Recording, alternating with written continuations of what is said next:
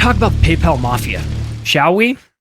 We shall, because they are a pretty dangerous group of technocrats, and they've been around for a while. You might have heard the term before. It comes out of a photo that they took. I don't know if it was GQ. It was one of those. It seemed like it was kind of set for that. It was a photo that they got all the founders and all the high-ranking people together, and they were dressed like the Sopranos. And everyone except Elon Musk. I guess he wasn't there for the photo shoot. We'll get into that. We'll get into why he wasn't there for the photo shoot. But these are a group of people that have gone on to, after PayPal sold to eBay in 2002 for $1.5 billion in eBay stock, these guys went on to take this money that they had, and they didn't just go to Tahiti and live a peaceful life. They took it and started investing it in other companies. They started making companies, like starting their own companies, plenty of those, but they also started doing angel investing and beyond angel investing, starting full-blown venture capital firms as well. And I guess, look, there's nothing wrong with any of this. You know, if I had been in that space, I'm about the same age as these guys. I remember when all this was going down. You know, if I had been in that space, somebody, you walk away with $100 million and you're 27 years old. Like, what are you going to do? Well, I could piss it away. I'm sure I could. Or, well, what are you going to do? You know, if you're 27 and are you done with ideas? No, you've got a million ideas, right? So what these guys did was they got together. Some of them clicked up in groups and went out and started companies together. And some of them brought in outside people, but you'll see a lot of overlap. And this isn't really, again, it's not. There's nothing wrong with this, with being successful and starting a company like PayPal and making it into a household name. And it wasn't really a household name, but when eBay bought it, but you have an exit strategy, and the exit strategy for them was acquisition.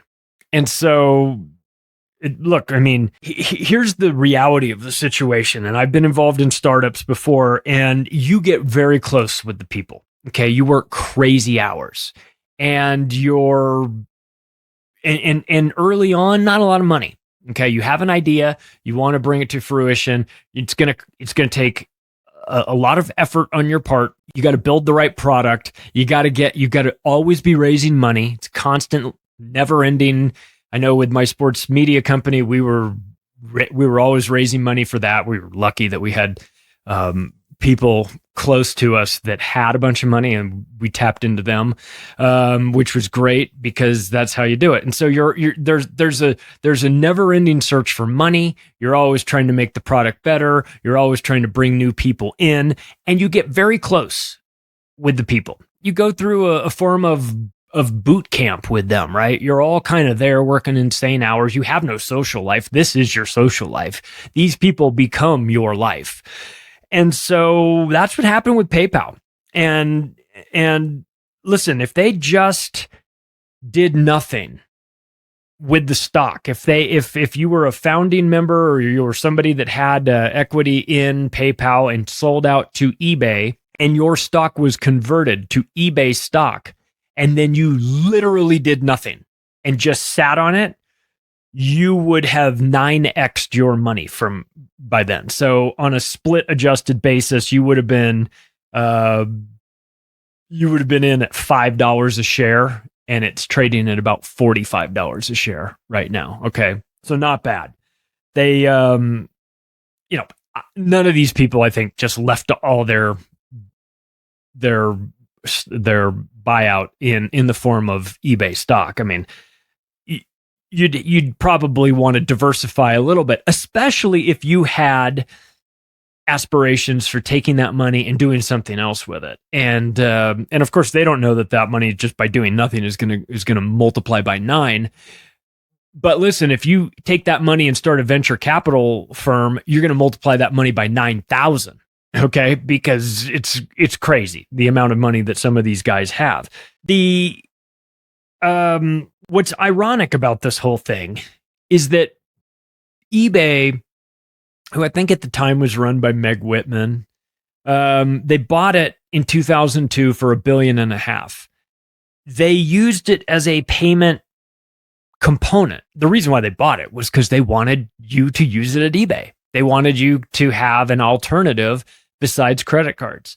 And PayPal was that alternative. But what's ironic about it is that in 2015, they split the company apart. They got rid of PayPal. You can't use it at eBay anymore, which is really kind of weird. But it's no longer an option there. So now let's talk a little bit about what PayPal is now. PayPal right now is a woke pile of horseshit. Okay, that's constantly trying to ban people from using their services. They tried to fine users $2,500 if they went against its, I'd say, very subjective definition of what misinformation was during COVID. Again, I don't know if you guys remember this, but a couple of months ago, PayPal said that they were going to fine you $2,500, and they were going to take it, like out of your account if they disagreed with what you said online or on a podcast or whatever. So they want to, pay themselves, essentially. They were going to take money. It's one thing if somebody says, like, I'm going to write you a ticket and I'm going to fine you and you're going to have to pay me. And you go, good luck, man. I'll never pay that. Remember, PayPal is connected to your bank account.